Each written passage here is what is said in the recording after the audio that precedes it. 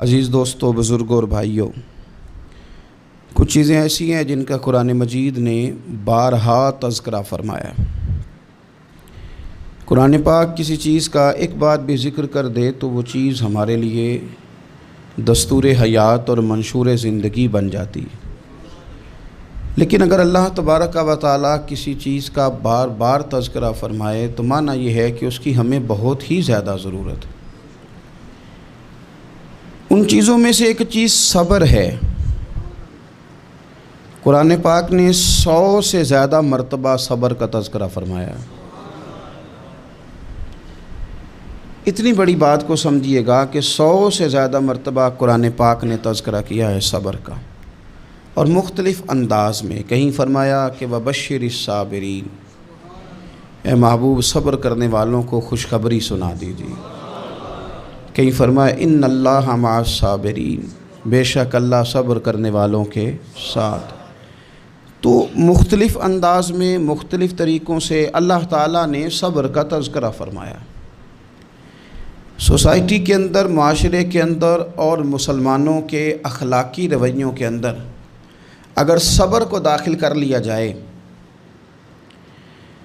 تو ہم محسوس کریں گے کہ ہماری زندگی نہ صرف یہ کہ آسان ہو گئی ہے بلکہ محبتوں والی ہو گئی ہے، چاہتوں والی ہو گئی ہے۔ ہمارے رشتے ایک دوسرے سے ٹوٹ نہیں رہے بلکہ بننا شروع ہو گئے۔ تھوڑا سا صبر بہت ساری چیزوں کو ٹوٹنے سے بچا لیتا ہے۔ قرآن مجید کی جو آیت کریمہ میں نے تلاوت کی، یہ سورہ آل عمران کی آخری آیت ہے۔ اللہ تعالیٰ نے فرمایا یا ایھا الذین آمنوا اصبروا وصابروا، اے ایمان والو صبر کرو، صابر بنو۔ اے ایمان والو صبر کرو اور صابر بنو۔ کیا مطلب؟ پہلے صبر کا مطلب یہ ہے کہ اگر تمہیں کوئی ذاتی تکلیف پہنچے تو اس پر صبر کرو۔ وصابروا، اس کا معنی یہ ہے کہ اگر دشمن کے مقابلے میں کسی اور کی طرف سے کوئی تکلیف آئے تو اس پر بھی صبر کرو۔ پھر فرمایا ورابطوا، اور ہمیشہ کمر بستہ رہو، اسلامی سرحدوں کے پہرے دار رہو۔ واتقوا اللہ، اللہ سے ڈرتے رہو۔ لعلکم تفلحون، اس امید پر کہ اللہ تمہیں کامیابی عطا فرما دے، تم فلاح پا جاؤ۔ یا ایھا الذین آمنوا اصبروا وصابروا، اے ایمان والو صبر کرو اور صابر بنو۔ صبر کرو، صابر رہو، یعنی جو ذاتی تکلیف آئے اس پر بھی صبر کرو۔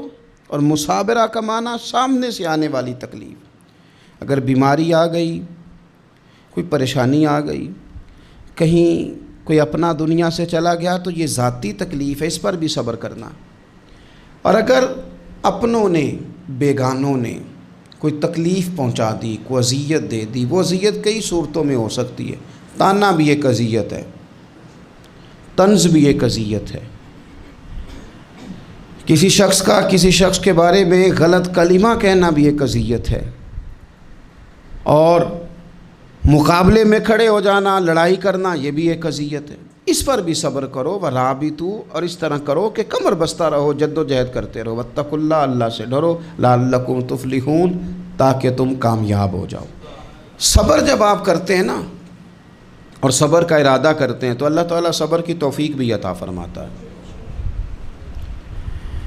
ہم نے یہ دیکھا ہے کہ ہمارے پاس نعمتوں کی کمی نہیں، ہمارے فریزر خوراک سے بھرے ہوئے ہیں، ہمارے دسترخوانوں پہ انواع و اقسام کی چیزیں چنی ہوئی ہیں، ہماری الماریوں میں کئی ہمارے لباس تیار شدہ لٹکے ہوئے ہیں، ہماری جیبوں میں ہماری ضرورت کا سرمایہ اللہ نے ہمیں دے دیا ہے۔ لیکن اس کے باوجود جو لوگ ایک دوسرے سے پیار نہیں کر پا رہے، جو ایک دوسرے کے قریب نہیں جا پا رہے، تو اس کی وجہ یہ ہے کہ صبر نہیں رہا، حوصلہ نہیں رہا، کسی چیز کو برداشت کرنا ہمارے مزاج کا حصہ ہی نہیں رہا۔ اور پھر چونکہ امت مسلمہ نے انقلاب برپا کرنا تھا، دنیا کو پیغام حق دینا تھا، اگر ان کے اندر حوصلہ ہی نہیں ہوگا، اگر انہیں صبر ہی نہیں کرنا آئے گا، استقامت ہی نہیں ہوگی، کہیں رکنا ہی نہیں آئے گا، تو یہ میدانوں کو سر کیسے کریں گے؟ کامیابیاں کیسے ان کا مقدر بنیں گی؟ رمضان المبارک میں بھی ماحول یہ ہو کہ افطاری سے 1 گھنٹہ پہلے نظر پوری ٹک جائے گھڑی پہ، اور تھوڑا سا بھی صبر مشکل ہو، اور رمضان المبارک میں سحری کے وقت میں اگر دہی والی دکان پہ بھی جھگڑا ہی ہو رہا ہو، اور شام کو سامان خریدنے میں بھی اگر بحث ہی ہو رہی ہو، تکرار ہو، جھگڑا ہو، تو پھر سیکھا کیا؟ پھر وہ جو ہمیں تربیت دی جا رہی تھی کہ ہم نے صبر کرنا ہے، تو پھر ہم نے اس میں حاصل کیا کیا؟ حدیث پاک سنیں گے، آپ کی طبیعت بڑی ٹھنڈی ہوگی۔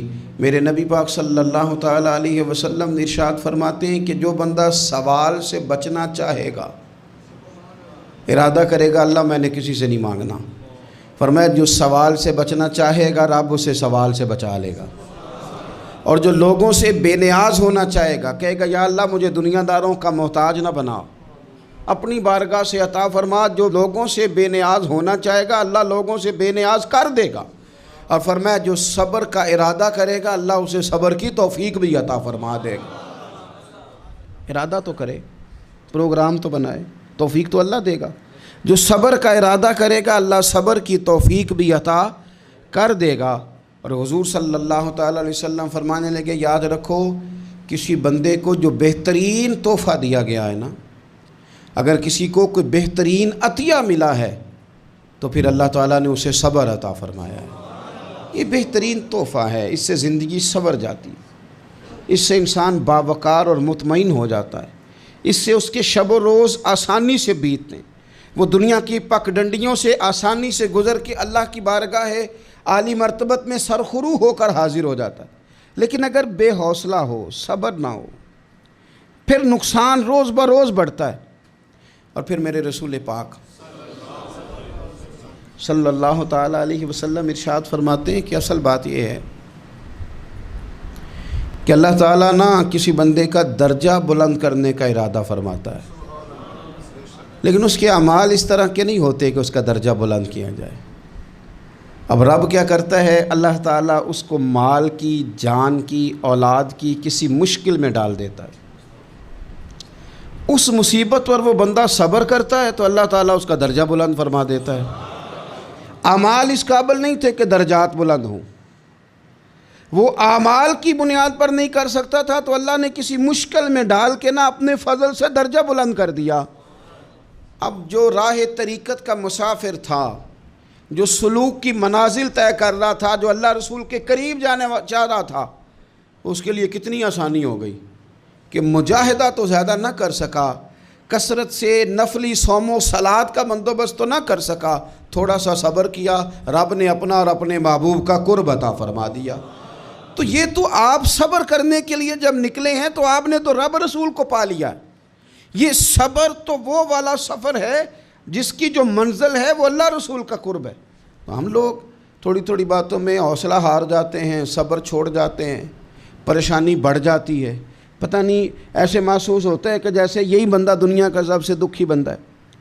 تو ایک تو یہ کہ ذاتی حیثیت سے صبر کرے، ایک یہ کہ پھر دشمن کا جب مقابلہ ہو، آمن نصبرو و صابرو، آپ کا جب مقابلہ سامنے کسی کے ساتھ ہو تو پھر تیر، تلواریں، اسلحہ، بندوقیں یہ نہیں زیادہ لڑتی، میدانوں میں حوصلے لڑتے ہیں، میدانوں میں صبر لڑتا ہے، میدانوں کے اندر توانائیاں لڑتی ہیں۔ میدان کربلا کے اندر کوئی مقابلہ نہیں تھا تیر کا تیر کے ساتھ، تلوار کا تلوار کے ساتھ کوئی مقابلہ نہیں تھا۔ میدان کربلا کے اندر ظلم کا صبر سے مقابلہ تھا۔ فتح کے ڈنکے یزید نے بجائے تھے، جشن ابن زیاد نے منایا تھا، لیکن قیامت تک اللہ نے جو فتح عطا فرمائی ہے تو وہ حسین ابن علی کے صبر کو عطا فرمائی، وہ سیدنا امام علی مقام کے صبر کو ملی۔ عزیز بھائی، صبر ہی ہمیشہ فاتح ہوتا ہے، صبر ہی جیتا کرتا ہے، صبر ہی کامیابیاں دیتا ہے، نتیجے صبر کے نکلتے ہیں، صبر کے حوصلے کے نتیجے ہوتے ہیں۔ ہماری جلد بازی ہمیں شکست خوردہ کر دے گی، ہمارا حوصلہ نہ ہونا ہمیں ہرا دے گا، ہم کمزور پڑ جائیں گے اگر ہم بے حوصلہ ہو جائیں گے۔ سنو، میرے نبی پاک علیہ السلام نے تربیت کی، حضور اپنی امت کو درس دیتے ہیں، حضور فرماتے ہیں پہلے تو کوشش ہی نہ کرو کہ تمہاری دشمن سے لڑائی ہو، اس چکر میں ہی نہ پڑو کہ لڑائی ہو، مسلمان امن والے ہیں، یہ پرامن لوگ ہیں، یہ امن پسند ہیں، یہ داعی امن ہیں، یہ معاشرے میں مومن ہونا امن کی علامت ہے۔ فرمایا پہلے تو یہ پروگرام ہی نہ بناؤ کہ تمہاری لڑائی ہو، اور فرمایا پھر اگر ہو جائے نا تو پھر صبر کے ساتھ مقابلہ کرو، پھر ڈٹ کے مقابلہ کرو، اور پھر یاد رکھو کہ یہ جو جنت ہے یہ تلواروں کے سائے میں ہے، جنت تلواروں کے سائے میں تمہیں ملے گی۔ پھر ڈٹنا سیکھو۔ پہلے تو بات یہ کہ تم یہ ارادہ ہی نہ کرو لڑائی، اور اگر کبھی ہو جائے وہ لوگوں کو بتاؤ کہ ہیں ہم پرامن لوگ، پر دین کے لیے کھڑا ہونا ہو تو پھر ہم سے زیادہ کسی کو کھڑا بھی نہیں ہونا آتا، پھر ہم سے زیادہ کسی کے پاس طاقت بھی نہیں۔ حضرت مولا علی شیر خدا رضی اللہ تعالیٰ عنہ کے زمانے میں کفر کے ساتھ ایک جنگ ہو رہی تھی، تو کافروں نے نا جاسوس بھیجے کہ یار پتہ تو کرو مسلمانوں کی تیاری کس طرح کی ہے۔ تو جاسوس واپس جا کے کہنے لگا سمجھ کوئی نہیں آئی ان کی، وہ تو راہب قسم کے لوگ ہیں، صوفی قسم کے لوگ ہیں، وہ تو کٹے ہوئے ہیں دنیا سے، مسلوں پہ بیٹھ جاتے ہیں، رات کو تو لگتا ہے دنیا سے تعلق ہی کوئی نہیں، لیکن سویرے اٹھ کے میدان میں تلوار لے کے نکلتے ہیں تو لگتا ہے ان سے بڑا مجاہد ہی کوئی نہیں۔ یہ عجیب لوگ ہیں کہ رات کو مسلح پہ بیٹھے ہیں تو لگتا ہے کٹ گئے دنیا، یہ صوفی لوگ ہیں، درویش ہیں۔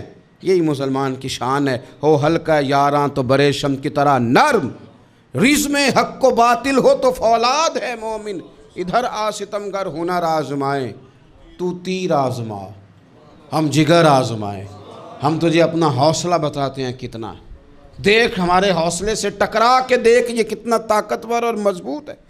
تو عزیز بھائی، اگر زندگی میں آپ کو صبر کرنا آ گیا، میں بڑے دنوں سے یہ عنوانات بیان کر رہا ہوں، اور آج تو خصوصی طور پر رمضان شریف کے اس جمعے میں اپیل کرنا چاہتا ہوں آپ سے کہ کمزور باتیں کرنی چھوڑ دیں، مایوسی کے جملے اپنی زندگی سے نکال دیں۔ ہم مسلمان ہیں، آپ بیمار ہو گئے ہیں تو یہ بھی خدا کا فضل ہے، گناہ معاف ہوں گے۔ اگر اللہ تعالیٰ نے فقیر بنا دیا، غریبی آ گئی ہے تو یہ بھی فضل ہے، امیروں سے پہلے جنت میں جائیں گے۔ اگر اللہ تبارک و تعالیٰ نے کسی جگہ آپ کو مکان نہیں دیا اور دوسرے کو دے دیا ہے تو آپ وہ لوگ ہیں جو عظیم سنت ادا کر رہے ہیں سیدنا بلال حبشی کی۔ اگر کسی جگہ کوئی کمزوری آ گئی ہے، کوئی پیچھے رہ گئے ہیں تو یہ خدا کا فضل ہے۔ اللہ تعالیٰ نے چاہا ہمارے لیے جو فیصلہ تو ہم اس پہ راضی ہیں، لیکن اپنی زندگی میں اور شکوے اتنے بڑھا لیے، ہم نے اتنے بڑھا لیے کہ لوگوں سے شکوے کرتے کرتے رب رسول سے بھی شروع کر دیے۔ غلام بھی کبھی شکوہ کرتا ہے، آقا کا بھی شکوہ ہوتا ہے، بندہ بھی کبھی شکوہ کرتا ہے، رب کا بھی شکوہ ہوتا ہے، یہ بھی کبھی ہوتا ہے۔ آپ نہ مانے پر یہ شکوہ ہے کہ میں بڑے ڈاکٹروں کے پاس گیا ہوں آرام نہیں آیا، نہ مانے پر یہ شکوہ ہے میں نے کبھی کسی کو ستایا تو نہیں پر میرے حالات نہیں ٹھیک ہوتے۔ آپ نہ مانے پر یہ شکوہ ہے کہ فلانے کے پاس دولت زیادہ ہے، اس نے پتہ نہیں وہ آگے نکل گیا اور میں پیچھے رہ گیا، نہ مانے پر یہ شکوہ ہے۔ کس سے کر رہے ہو؟ رب رسول سے؟ او آس بولے تے دی مہربانی اساں تے لاڈ ہی لڑاونے نے۔ کس سے شکوہ کر رہے ہو؟ خدا کے بندو، غلام غلامی کرتے ہیں، شکوے کرتے ہیں کوئی؟ حضرت ام سلمہ رضی اللہ تعالیٰ عنہ، شوہر کا نام ہے ابو سلمہ، بیٹے کا نام ہے سلمہ، کہتی ہیں میں، میرا شوہر، میرا بیٹا، تینوں، چھوٹا بیٹا میرا، ہم نکلے مکہ مکرمہ سے مدینہ طیبہ جانے کے لیے۔ ایک کی بیٹا ہے، خاندان جمع ہے، شوہر کی گود میں بیٹا، اونٹ کے پیچھے میں۔ فرماتی ہیں مدینے کی سرحد آ گئی تو میرے میکے والے آ گئے، کہنے لگے ابو سلمہ نہیں لے جانے دیں گے مدینے اپنی بیٹی کو۔ میں نے کہا میں مسلمان ہوں، میں تو اپنے شوہر کے ساتھ مدینے جاؤں گی۔ انہوں نے کہا نہیں جا سکتے، تو نے جانا ہے تو جا، ہماری بیٹی نہیں جائے گی۔ زبردستی مجھ سے انہوں نے مجھے میرے شوہر سے الگ کیا۔ کہتی ہیں پھر میرے شوہر کے قبیلے والے آ گئے، وہ کہنے لگے اگر تم اپنی بیٹی کو نہیں نہ جانے دیتے تو یہ جو ہمارا پوتا ہے یہ ہماری نسل ہے، تمہارا نہیں، اسے ہم نہیں جانے دیں گے۔ وہ بچہ اپنی طرف کھینچتے تھے، میں اپنی طرف کھینچتی تھی، مدینے کی سرحد پہ۔ یہ جھگڑا زمین کے لیے نہیں ہو رہا، مکان کے لیے نہیں ہو رہا، حضور کے مدینے جانے کے لیے ہو رہا، حضور کے مدینے جانے کے لیے ہو رہا، مدینے جانے کے لیے ہو رہا۔ لنگ کئی مہینے تے برس گئے تے تیری دید نو دیدے ہی ترس گئے، انہوں نے بچہ کھینچا، میں نے اپنی طرف کھینچا، میرے بچے کا بازو اتر گیا۔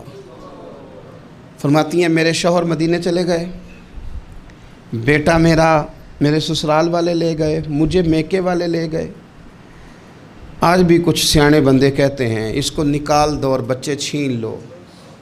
ان کا بھی خیال تھا کہ بیٹا لے جائیں گے نا تو ابو سلمہ بھی مدینے سے واپس آ جائے گا، یہ بھی واپس آ جائے گی۔ او یار، اتنا بڑا بھی ظالم کوئی نہیں ہوگا جو ماں باپ سے بچے جدا کرے۔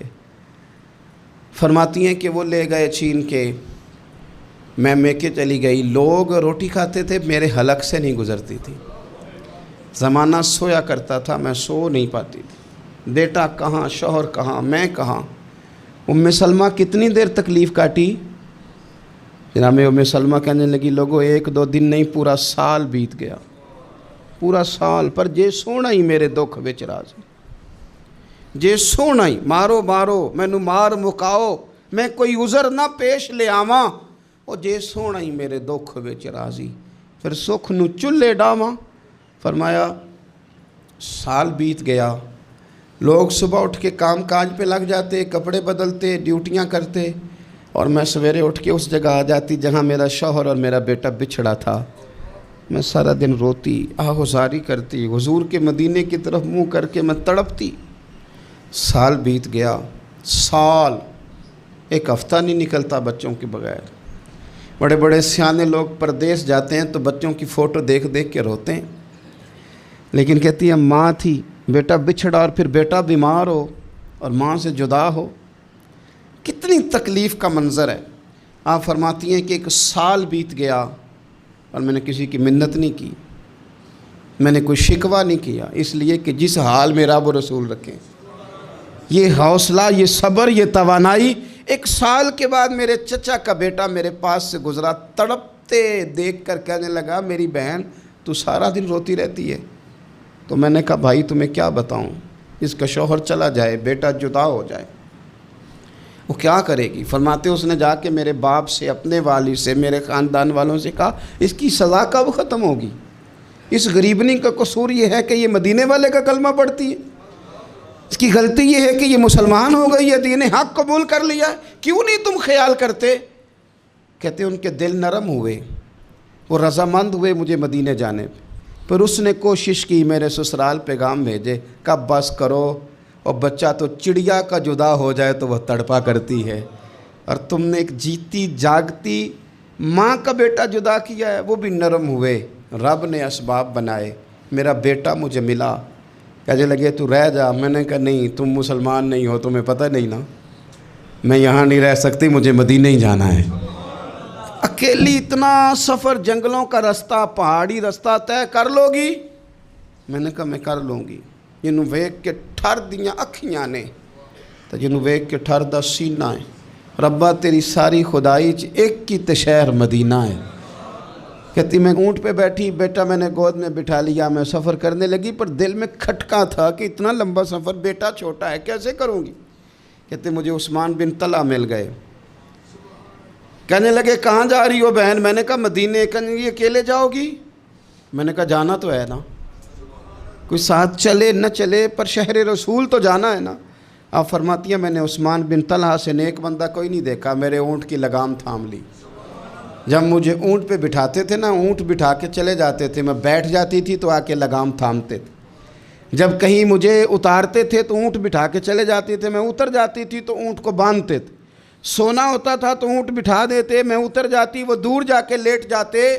فرماتی تھی پھر میرے لیے میرے رب نے اسباب پیدا کیے اور میں مدینہ پہنچی، میں شوہر سے ملی، اور لوگوں میرے نصیب دیکھو، میں رہنے کہاں لگی؟ حضور کے مدینے میں، شہر رسول میں، شہر رہ پائے نظر ہوش میں آ، یہ کوہ نبی ہے، میں حضور کے حرم کی زمین اور قدم رکھ کے چلنا۔ ارے سر کا موقع ہے او جانے والے، مدینے کے خطے خدا تجھ کو رکھے، غریبوں فقیروں کے ٹھہرانے والے۔ کہتی ہے میں وہاں بسنے لگی۔ آپ فرماتی ہیں مسلمانوں، شاید مجھ سے زیادہ تکلیف کسی نے نہ سہی ہو، پر دیکھو 1 سال پورا میں تکلیف میں رہی، اور جب میرا صبر سال کو پہنچا، صبر کی عمر 1 سال ہوئی، تو پھر رب نے بندوبست کیا، پھر میرے گھر والے بھی نرم ہو گئے، سسرال والے بھی نرم ہو گئے، رب نے میرے آنے جانے کے لیے ایک بندے کا بندوبست بھی فرما دیا، پھر میرا شوہر تک بھی میں پہنچ گئی، مجھے مدینہ الرسول بھی نصیب ہوا۔ 1 سال میں نے صبر کیا تھا، رب نے مجھے مستقل مدینے کا ٹھکانہ عطا فرما دیا۔ لیکن جو بندہ صبر ہی نہ کر پائے، جو کہ جی بڑی دور سے آیا ہوں، بڑی دیر ہو گئی، بڑا ٹائم ہو گیا، کب جا کے مسئلہ حل ہوگا، وہ جو آپ نے بتایا تھا وہ تعویذ کب اثر کرے گا، وہ دعا کب قبول ہوگی، وہ فلانا معاملہ کب، بھئی یہ ڈیٹ تو آپ کو رب رسول ہی دے سکتے ہیں۔ بندہ تو کوئی اطلاع ہی دے گا، پیغام ہی دے گا، دعا ہی کرے گا۔ اگر زندگی میں حوصلہ ہی نہیں ہوگا، اگر آپ کو یہ قرار ہی نہیں آئے گا، ٹھہرنا ہی نہیں آئے گا کسی میدان میں۔ دیکھیں کچھ ایسی اذیتیں ہوتی ہیں جو اذیت ناک ہوتی ہیں، لیکن اگر غلامی میں آ جائے نا آپ تو وہ اذیت ناک نہیں ہوتی، اس چبھن میں مزہ آنے لگتا ہے۔ کئی درد بھی مزیدار ہوتے ہیں، کئی درد بھی، کبھی زخم ٹھیک ہونے پہ آ جائے نا تو اسے چھیڑو تو مزہ آتا ہے، اس لیے کہ کچھ درد بھی مزیدار ہوتے ہیں۔ آتش سے کسی نے کہا تو روتا بڑا ہے، اس نے کہا محبوب کی یاد میں تڑپتا ہوں، ابھی تو ایک دل ہے، میرے تو خواہش تھی کبھی 2 ہوتے نا تو صحیح کر کے تڑپتا۔ رب نے دل ایک بنایا، کہتا وہ مزہ دیا ہے تڑپ نے کہ میری آرزو ہے یا رب میرے دونوں پہلوؤں میں دل بے قرار ہوتا۔ درد میں بھی مزہ ہے، پر شرط یہ ہے کہ لوگ درد میں بھی جینا سیکھیں۔ ہم نہ آرام میں جینا چاہتے ہیں، پنکھے کے نیچے جینا چاہتے ہیں، کاش کہ ہمیں صحرا میں بھی نیند کا مزہ لینے کا طریقہ آئے، پھر زندگی کے سارے راستے آسان ہیں، پھر اقرار بھی مشکل نہیں۔ لیکن چونکہ حوصلہ نہیں، صبر نہیں، وہ والا قرار نہیں جو ایک مسلمان سے رب رسول کا مطالبہ ہے۔ حدیبیہ کے موقع پہ نا نبی پاک صلی اللہ علیہ وسلم نے جو شرطیں کافروں کے ساتھ طے کی تھی نا، حضور نے نور بصیرت سے کی تھی نا، تو انہی شرطوں نے پھر فتح کے باب کھول دیے۔ ان فتحنا لک فتحا مبینا۔ ایک شرط یہ تھی کہ اگر کوئی مسلمان مدینے سے مکے آئے گا تو مکے والے واپس نہیں کریں گے، رکھ لیں گے۔ پھر غور کریں، کوئی مسلمان اگر مدینے سے مکے آئے گا تو مکے والے واپس نہیں کریں گے، اور اگر کوئی بندہ مسلمان اپنے آقا کی مرضی کے بغیر مسلمان ہو جائے اور وہاں سے وہ مدینے آئے گا تو حضور پناہ نہیں دیں گے۔ تو میرے بھائی، محبوب کی طرف سے آنے والا نہ صرف سوکھ ہی نہیں قبول کرنا چاہیے، دکھ بھی قبول کرنا چاہیے، دکھ بھی قبول کرنا چاہیے۔ ہمارا یہ مسئلہ ہے کہ ہم نہ میٹھی میٹھی کے قائل ہیں، کڑوی کڑوی کے قائل نہیں۔ اگر وہ کبھی دکھ دے نا تو محبوب کا دکھ بھی سکھ سمجھ کے قبول کرو۔ ہاں اس کی طرف سے کانٹا ہے کبھی تو اسے پھول سمجھ کے قبول کرو، وہ چبھے گا نہیں، انشاءاللہ مزہ ہی دے گا، وہ قبول تو کرو نا۔ تو اب حضرت ابو بصیر رضی اللہ تعالیٰ عنہ ایک صحابی تھے، ایک تو حضرت ابو جندل رضی اللہ تعالیٰ عنہ تھے نا، تو وہ تو حدیبیہ میں آ گئے، حضور مجھے لے جائیں، تو نبی پاک نے فرمایا میں نے وعدہ کر لیا ہے، ان کو بھی حضور نے واپس بھیج دیا۔ اور یہ بیچارے نا اپنے آقا کی جیل توڑ کے مکے سے بھاگ کے مدینے آئے، یا رسول اللہ مجھے قبول کر لے، میں بھاگ آیا ہوں، وہ بڑا ظلم کرتے ہیں، مارتے ہیں، تکلیف دیتے ہیں۔ وہ آئے تو ادھر سے نا اس کے مالک نے 1-2 بندے بھی بھیج دیے رکا دے کے کہ یا رسول اللہ آپ کا تو وعدہ تھا کہ آپ بندہ رکھیں گے نہیں۔ یہ آئے اور رکا بھی آ گیا۔ اب ذرا منظر کو سمجھیں۔ ہمارا تو یہ مسئلہ ہے کہ کہتے ہیں کہ میری 99 باتیں مانی ہیں، ایک نہیں مانی، لہذا میرا تعلق ہی کوئی نہیں۔ لیکن یہاں کیا کیفیت ہے؟ بندہ رو رہا ہے، تڑپ رہا ہے، حضور میں مار سے بچتا ہوا آیا ہوں، جیل توڑ کے آیا ہوں، مجھے قبول کر لیں۔ ادھر رکا آ گیا کہ آپ کا وعدہ تھا رکھیں گے نہیں۔ اب یہ کتنا مشکل مسئلہ ہے، لیکن رسول پاک علیہ السلام نے فرمایا ابو بصیر میں نے وعدہ کیا یار تجھے واپس جانا پڑے گا۔ ہوئے ہوئے ہوئے، لوگ تو کہتے ہیں نا کہ وہ پیر صاحب نے کہا تھا تو میرا کام نہیں ہوا، لہذا میری بیعت ہی گئی، چھٹی ہو گئی، ماحول ہی بڑا عجیب ہے۔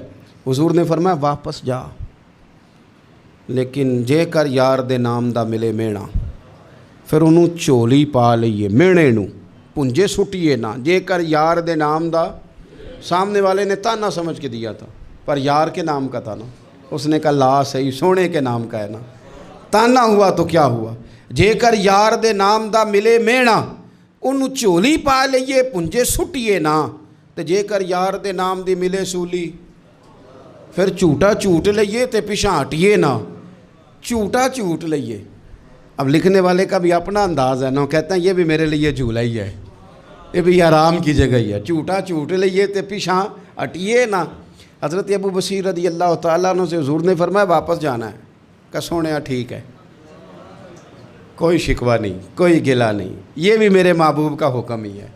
اور کیا بات ہے، میرے نبی وعدوں کے پکے ہیں، کیا بات ہے، حضور نے جو کہا کر کے دکھایا۔ کہتے ہیں میں واپس جا رہا تھا، ایک دو بندے ساتھ تھے، جب مدینے کی حد گزر گئی نا، حضور نے تو کہا تھا نا مدینے میں پناہ نہیں دینی، تو میں نے اس سے کہا یار تلوار بڑی سونی ہے، ذرا دکھانا۔ اس نے دکھائی تو ایک کی میں نے گردن کاٹ دی، دوسرا ویسے ہی بھاگ گیا، اور بھاگ کے حضور کے پاس آیا، جی اس نے تو مار دیا ہے۔ تو سرکار فرمانے لگے میں نے تو وعدہ پورا کیا تھا نا، تم سے نہیں سنبھالا گیا تو معاملہ تمہارا ہے۔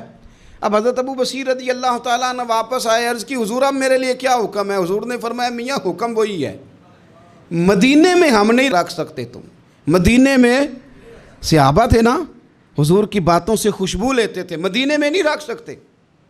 حضرت ابو بصیر کہتے ہیں میں مدینے کی سرحد سے نکل گیا، اس جگہ چلا گیا جو نہ مکے کی ریاست میں تھا نہ مدینے کی، ایک مقام ایس تھا جہاں میٹھے پانی کے کنویں تھے، وہاں رہنے لگا۔ حضرت ابو جندل کو پتہ چلا کہ ایک نیا ٹھکانہ بن گیا، وہ بھی جیل توڑ کے آ گئے، 70 بندے آ گئے، وہاں سے قافلے گزرتے تھے کافروں کے، یہ بھی مسلمانوں کو تنگ کرتے تھے، اگر مکے سے کوئی قافلہ گزرتا تھا تو ہم نے بھی ان کو پکڑا، کافر کا مال مال غنیمت اسباب بن گیا۔ اور وہ جب قافلہ لے کے آتے تھے تو ڈرے ہوتے تھے، اور ان کو تو ستایا تھا نا، کہتے ہمیں ستایا بڑا تھا، ہم تو انقلابی بن گئے تھے، ہم تو رکھ لیتے نا، بڑی منت کرتے، بڑی جان مشکل سے چھڑاتے، 70 بندے ہو گئے، پھر 300 ہو گئے۔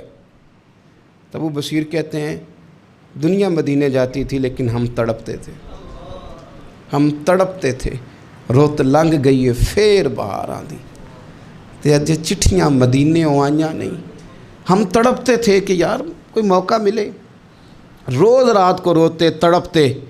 300 انقلابیوں کا جتھا صبر سے بیٹھا ہے مدینے کی سرحد پہ، اندر آنے کی اجازت نہیں، پر غلامی میں روز اضافہ ہو رہا ہے۔ صبر دیکھو، غلامی میں روز اضافہ ہوتا ہے۔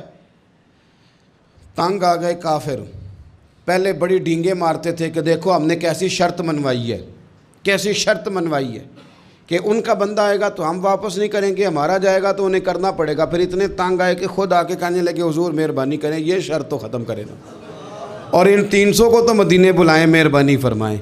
حضور بڑے خوش ہوئے، آج غلاموں کے نام پیغام لکھا، غلاموں کے نام پیغام لکھا، چٹھی لکھی حضور نے۔ چٹھی کس چیز کی لکھی؟ آ جاؤ یار مدینے آ جاؤ، چٹھی آئی مدینے آنے کے لیے۔ حضرت ابو بصیر کے نام چٹھی گئی، آ جا یار مدینے، آ جا تیرے نام پیغام سب لائی ہے سرکار نبی سے، اور آیا ہے بلاوا مجھے دربار نبی سے۔ پیغام آیا۔ حضرت ابو بصیر اتنے بیمار تھے کہ نزع کا عالم تھا، لیکن اس عالم میں بھی انتظار تھا۔ اس آخری ویلے اکھیاں میریاں رات تکنائے تیرا، تیرا تے سجنا کچھ بھی نہیں جانا، یہ پا جاویں ایک پھیرا، تے سر میرے تے آن کھلوویں تے پھر پردہ رہ جائی میرا، سوکھا نکلے صاحب ظہوری، یہ ویخ لوے مکھ تیرا۔ حضرت ابو بصیر کو نہ وہ رکا گیا، حضور کی چٹھی گئی تو یوں چٹھی پڑی، حضور نے فرمایا آ جانا، رستہ کھل گیا ہے، تو آ جا، کھل گیا رستہ۔ دعا فرماؤ مدینے کے رستے کھل جائیں، کرو نا یار دعا مدینے کے رستے کھل جائیں۔ کچھ ایسے ہیں جنہوں نے سارے دکھ سنانے ہی مدینے جا کے ہوتے، کچھ لوگ ایسے ہیں جن کے دل اور کلیجے پھٹنے کو آ گئے، دعا کرو رستے کھل جائیں۔ حضور نے فرمایا آ جا تیرا راہ کھل گیا۔ حضرت ابو جندل کہتے ہیں میں سرانے کھڑا تھا، حضرت ابو بصیر کے خط پڑھا، مسکرائے، اشارے سے کہنے لگے کہ دیکھ میرے نبی کا خط ہے، حضور کی چٹھی میرے نام آئی ہے، پڑھنا۔ تو میں نے بھی پڑھی، پہلے روئے، پھر کلمہ پڑھا، پھر میرا ہاتھ تھاما، روح ہی پرواز کر گئی، ہمیشہ کے لیے، ہمیشہ کے لیے۔ وہ ظاہری جسم کے ساتھ تو مدینے نہ پہنچے، پر قبر میں گئے تو مدینے والے کی زیارت نصیب ہو گئی، قبر میں حضور کی زیارت نصیب ہو گئی، قبر میں۔ حضرت ابو جندل کہتا ہے میں نے جنازہ پڑھا اور اسی مقام پہ جہاں انہوں نے انتظار کیا تھا نا، وہ مقام میں انتظار ان کا مزار بنا، مزار کے ساتھ مسجد بنی، مسجد کا نام مسجد ابو بصیر رکھا گیا۔ انہوں نے اس انتظار میں جان دے دی پر صبر کیا، شکوہ نہیں کیا۔ یارو اتنی شکایتیں، اتنے شکوے، ایک بات میرا اور کرنے کو دل کر رہا ہے۔ ایک صحابی تھے حضرت عاصم بن ثابت رضی اللہ تعالیٰ عنہ، جنگ احد میں نا حضور کے ہاتھ پہ موت کی بیعت کی، جنگ احد میں بیعت کی، سونیا تیرے نام پہ مرنا، ڈٹ کے لڑے۔ سلافہ بن سعد کے 2 بیٹے بدر میں قتل کیے انہوں نے۔ اس نے قسم کھائی کہ معاذ اللہ میں ان کا سر منگا کے تو ان کی کھوپڑی میں شراب پیوں گی۔ سلافہ بن سعد نے یہ قسم کھائی کہ میرے 2 بیٹے قتل کیے ہیں، میں ان کی کھوپڑی میں شراب پیوں گی معاذ اللہ۔ ایک قبیلہ غزیل تھا، انہوں نے احد کے بعد حضور سے کہا کچھ قاری ہمیں دے دیں، ہم نے قرآن سیکھنا ہے۔ تو نبی پاک نے کچھ بندے بھیجے تو عاصم بن ثابت کو بھی بھیجا، لیکن انہوں نے دھوکہ کیا، وہاں جا کے ان کو گرفتار کر لیا۔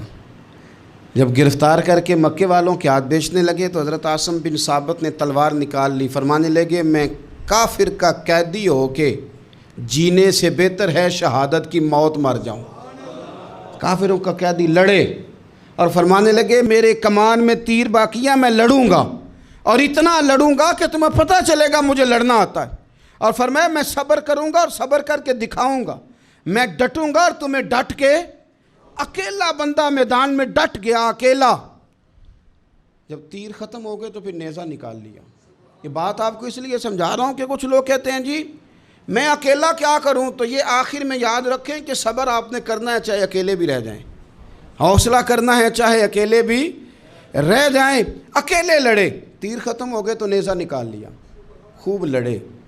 اب اس نے قسم کھائی تھی کہ میں نے ان کی کھوپڑی پہ معاذ اللہ کھوپڑی منگانی ہے، سار منگانا ہے، اور یہ جو لے جا رہے تھے دھوکے کے ساتھ یہ بھی بیچنے لے جا رہے تھے۔ تو جب تھک گئے نا اور چاروں جانب سے جسم میں تیر پہ وسط ہو گئے تو دعا مانگی، اکیلا بندہ اور صبر کا مقام، دعا مانگی، کہا اے اللہ میں نے آخری دم تک تیرے دین کی حفاظت کی ہے، اب تو میرے جسم کی حفاظت کرنا، ان کے ہتھے نہ چڑھ جائے میرا جسم۔ حضرت عاصم بن ثابت رضی اللہ تعالیٰ عنہ شہید ہو گئے۔ کافر قریب گئے جسم پکڑنے کے لیے، گرفتار کرنے کے لیے، سر کاٹنے کے لیے، تو شہد کی مکھیاں آ گئیں، پورے جسم پہ قبضہ کر لیا۔ قریب جاتے تو مکھیاں لڑتی، کہنے لگے پیچھے ہٹ جاؤ، شام ہوگی نا توڑ جائیں گی، پھر ہم سر کاٹ لیں گے۔ شام تک چاروں جانے بیٹھے رہے، نہ کوئی ہوا آئی، نہ کوئی بادل برسا، نہ کوئی طوفان آیا۔ شام کو انہوں نے اٹھانا تھا، ایک ریلا آیا پانی کا اور جناب عاصم بن ثابت کی لاش مبارک کو بہا کے لے گیا۔ میرے رب نے اس میدان میں بھی یہ بتلایا کہ جو صبر کرے نا رب اس کے جسم کی بھی حفاظت فرمایا کرتا ہے، کہ جسموں تک کی آخری دم تک اللہ کی مدد ان کے سامنے حال رہتے۔ ربنا افرغ علینا صبرا وثبت اقدامنا فانصرنا علی القوم الکافرین۔ آخر دعوایا ان الحمد للہ رب العالمین۔